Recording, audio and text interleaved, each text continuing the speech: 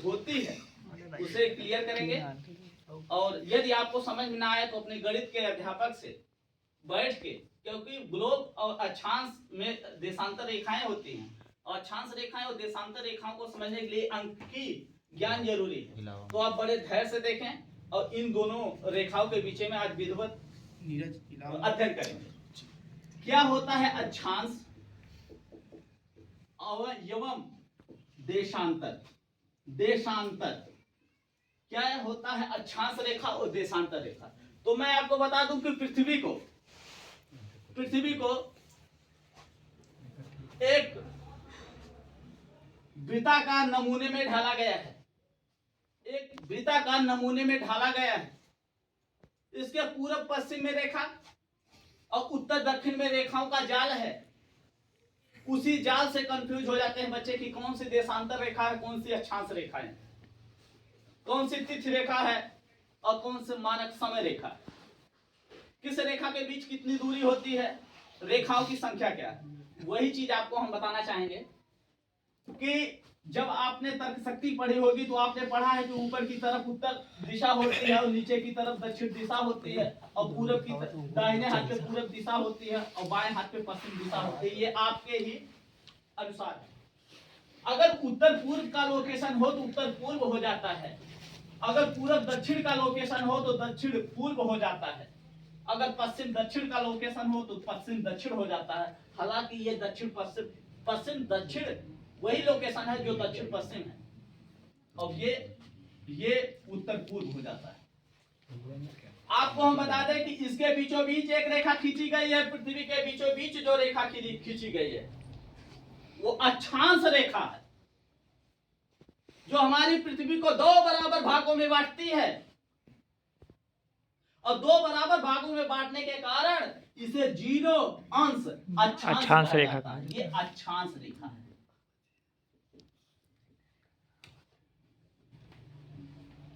अब इसके ऊपर और इसके नीचे, ऊपर नॉर्थ पोल है और नीचे साउथ पोल है।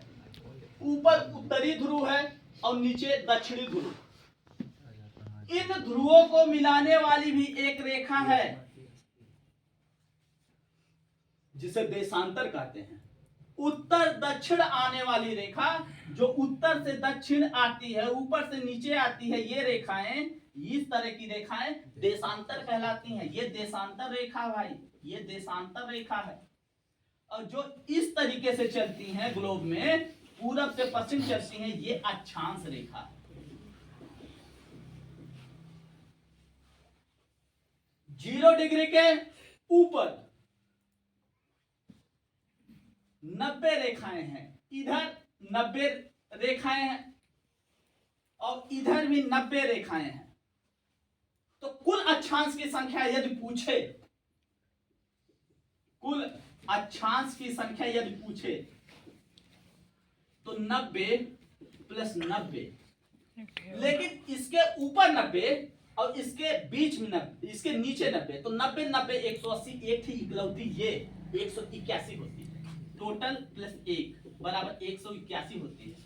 यदि विषुवत रेखा को आधार मान ले तब ये तो ठीक है, 181 होती है। कभी कभी पोलों को बिंदु मान लेता है, तो जब पोलों को बिंदु मान लेगा तो 2 रेखा घट जाएगी, ये हो जाएगी 179। रहिएगा, गणित पे विशेष फोकस होना चाहिए तब तो ये कंफर्म होगा, नहीं तो अन्यथा ये समझना कठिन है। लेकिन पोलों को जो मिला रही है ये वाली रेखा, इसका प्रारूप यहाँ दिया गया है, ये देशांतर रेखा है। अगर इसके पूरब में, यहाँ ऊपर की उत्तर की बात है, यहाँ दक्षिण है, या इधर पूरब इधर पश्चिम है, ये पूरब की रेखा है और इधर वाली पूरब की रेखा है, तो ये पश्चिम। इसके ये पूरब में है, इसके ये पश्चिम में। ये देशांतर रेखा से होता क्या है? देशांतर रेखा किस लिए होती है, ध्यान दीजिएगा। देशांतर रेखा होती क्या? देशांतर रेखा तिथि का निर्धारण करती है, तिथि का निर्धारण करती है, तिथि का निर्धारण करती है। क्या ये रेखा समय का भी निर्धारण करती है? हाँ, यही रेखा समय का भी निर्धारण करती है। यही रेखा समय का भी निर्धारण करती है। तिथि और समय में अंतर है? हाँ, अंतर है। तिथि जैसे सोमवार, बुधवार, बृहस्पतिवार, ये जो एक एक दिन है ये तिथि है, लेकिन 1 बजत है, 2 बजत है, 3 बजत है, इस समय अंतर है।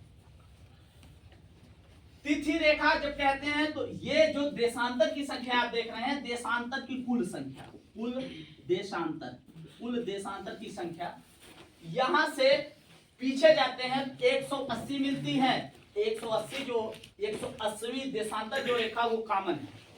इधर से जाते हैं फिर भी 180 मिलती है। 180 प्लस 100 180, मतलब पूरब में 180, इधर चलेंगे तो 180, फिर इधर चलेंगे घूम के तो 180 180 180, 18 18 36, 18 18 36, 0 360 देशांतर रेखाएं होती हैं। इन 360 देशांतर रेखाओं में 2 रेखा महत्वपूर्ण है। एक तिथि जिसे 180 अंश देशांतर कहते हैं, और एक समय जो 0 अंश देशांतर कहते हैं। 0 अंश देशांतर जो है ये प्रधान यमोत्तर रेखा है। ये प्रधान यमोत्तर रेखा है। प्रधान यमोत्तर रेखा है। ये इंग्लैंड के शहर ग्रीनविच से जाती है। इंग्लैंड का एक शहर है ग्रीनविच, इस शहर से जाती है। इसे प्रधान यमोत्तर रेखा, 0 अंश अक्षांश या ग्रीनविच तीनों नाम से जाना जाता है। यह तिथि का निर्धारण करती है।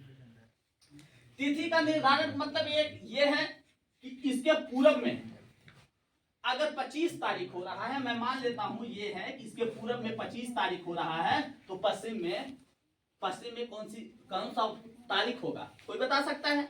यहाँ कोई बता सकता है कि अगर पूरब में 25 तारीख हो रही है तो पश्चिम में कौन